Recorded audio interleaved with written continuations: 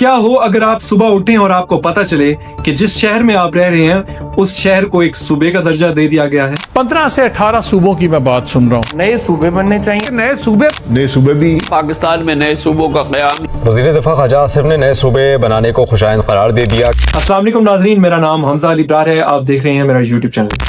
پاکستان میں اس وقت نئے صوبوں کی بازگشت میڈیا میں ہو رہی ہے.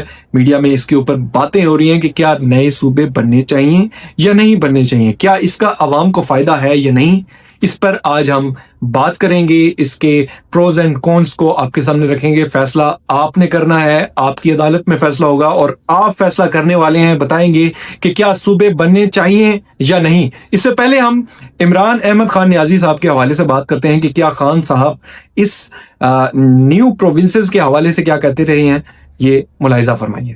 میرا ذاتی ویو یہ ہے کہ پاکستان کے اندر جو ہر ڈویژن ہے اس کو صوبہ بننا چاہیے. سنیں وہ میں اس لیے کہہ رہا ہوں کہ دیکھیں ایڈمنسٹریٹولی جتنا مینیجبل صوبہ ہوگا اتنا آپ بہتر لوگوں کی خدمت کر سکتے ہیں. میڈیا میں یہ بازگشت ہو رہی ہے کہ نئے صوبے بننے چاہیے یا نہیں.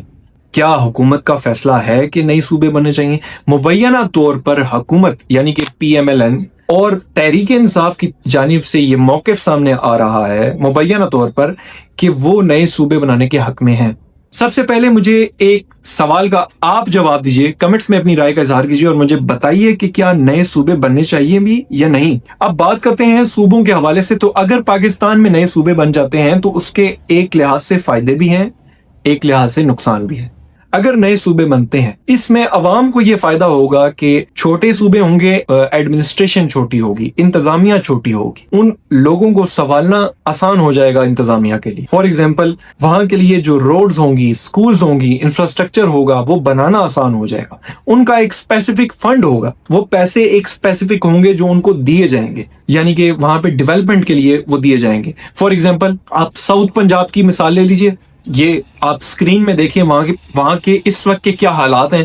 اور اب آپ لاہور کی مثال لے لیجئے، نہیں اس کی نہیں بلکہ آپ لاہور شہر کی مثال لے لیجئے. تو آپ نے دیکھا کہ ان دونوں شہروں میں کیا فرق ہے. وہ فرق یہ ہے کہ لاہور ایک ایسا صوبہ ہے جہاں آپ کو طاقت کے ایوان نظر آئیں گے، اور ساؤتھ پنجاب ایک ایسا علاقہ ہے، پنجاب کا ایک ایسا حصہ ہے جہاں پر آپ کو محرومیاں نظر آئیں گی. کچھ لوگ کہتے ہیں پنجاب کو زیادہ فنڈز ملتے ہیں کے پی کے کی بنسبت یا سندھ کی بنسبت، لیکن فنڈ کم ملتا ہے یا زیادہ ملتا ہے، لیکن ہر صوبے میں کچھ ایسے شہر ہوتے ہیں جہاں پر آپ کو محرومیاں نظر آئیں گی. فار ایگزامپل میں مثال لے لیتا ہوں پنجاب کی. پنجاب میں مان لیا کہ سب سے زیادہ فنڈ ہے، لیکن اگر اتنا ہی زیادہ فنڈ ملتا ہے تو ساؤتھ پنجاب یا یہ جو چھوٹے قصبے اور اس طرح کے جو دیہاتی علاقے ہیں، ملتان کے علاقوں میں آپ چلے جائیں تو آپ کو نظر آ جائیں گے. آپ اگر ان ایریاز میں چلے جائیں تو آپ کو نظر آئے گا یہاں پہ تو اتنی زیادہ محرومیاں ہیں، یہاں پہ تو سکولز پہ سرکاری سکول میں ٹیچر نہیں آتے،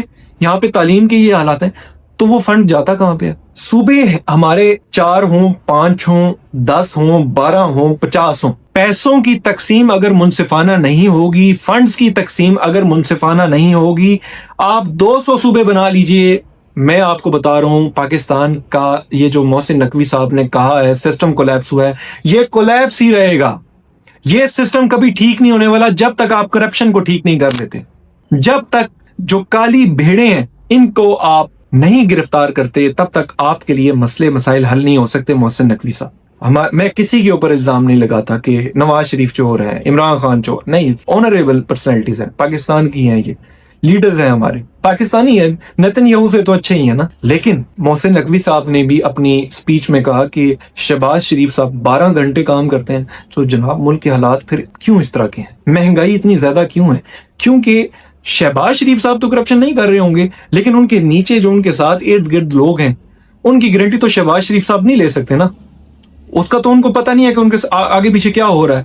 اب اگر فار ایگزامپل آپ مجھے بتائیں کہ کے پی کے کو فنڈز ملتے ہیں، وفاق دیتا ہے فنڈ، ان کو فنڈ ملتا ہے، اب مجھے بتائیں اگر وہ فنڈ کسی غلط جگہ پہ لگ رہا ہے تو اس پہ شہباز شریف صاحب کا قصور ہے؟ اس پہ کس کا قصور ہے؟ جواب دہ کون ہے؟ کمنٹس میں مجھے ذرا بتائیے اس کا کون قصوروار ہے اس کا.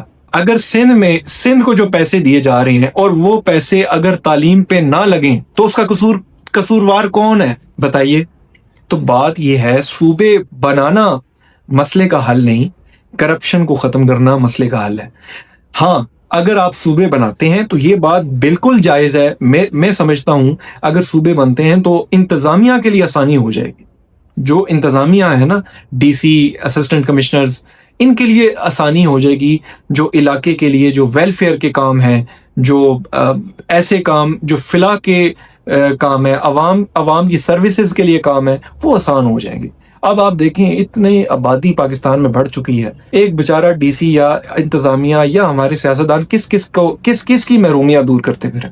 میں کہتا ہوں کہ اگر 100 سیاستدان ہیں نا، اور مان لیجیے ان میں سے 2 کرپٹ ہیں، وہ ان دونوں کی کرپشن کی وجہ سے سارے سیاستدان بدنام ہوتے ہیں۔ اسی طریقے سے آپ پولیس کی مثال لے لیجئے، اسی طریقے سے آپ فوج کی مثال لے لیجئے، ہر ادارے کی مثال لے لیجئے۔ تو کرپشن کو ختم کرنا بہت ضروری ہے۔ بہرحال نئے صوبے بننا چاہیے یا نہیں بننا چاہیے، اس کا فیصلہ تو عوام نے کرنا ہے، پارلیمنٹ میں اس کے حوالے سے ڈسکس ہونا چاہیے، پروویژنل اسمبلیز میں اس کے حوالے سے قانون پاس ہوگا تو نئے صوبے بنیں گے، اور اس کا فیصلہ آپ نے کرنا ہے۔ آپ نے بتانا ہے کہ کیا نئے صوبے بننے چاہیے، کمنٹس میں اپنی رائے کا اظہار کیجیے اور مجھے بتائیے اگر نئے صوبے بنتے ہیں تو اس میں آپ کا کیا فائدہ ہے؟ کیا بجلی کی قیمتوں میں کمی ہو جائے گی؟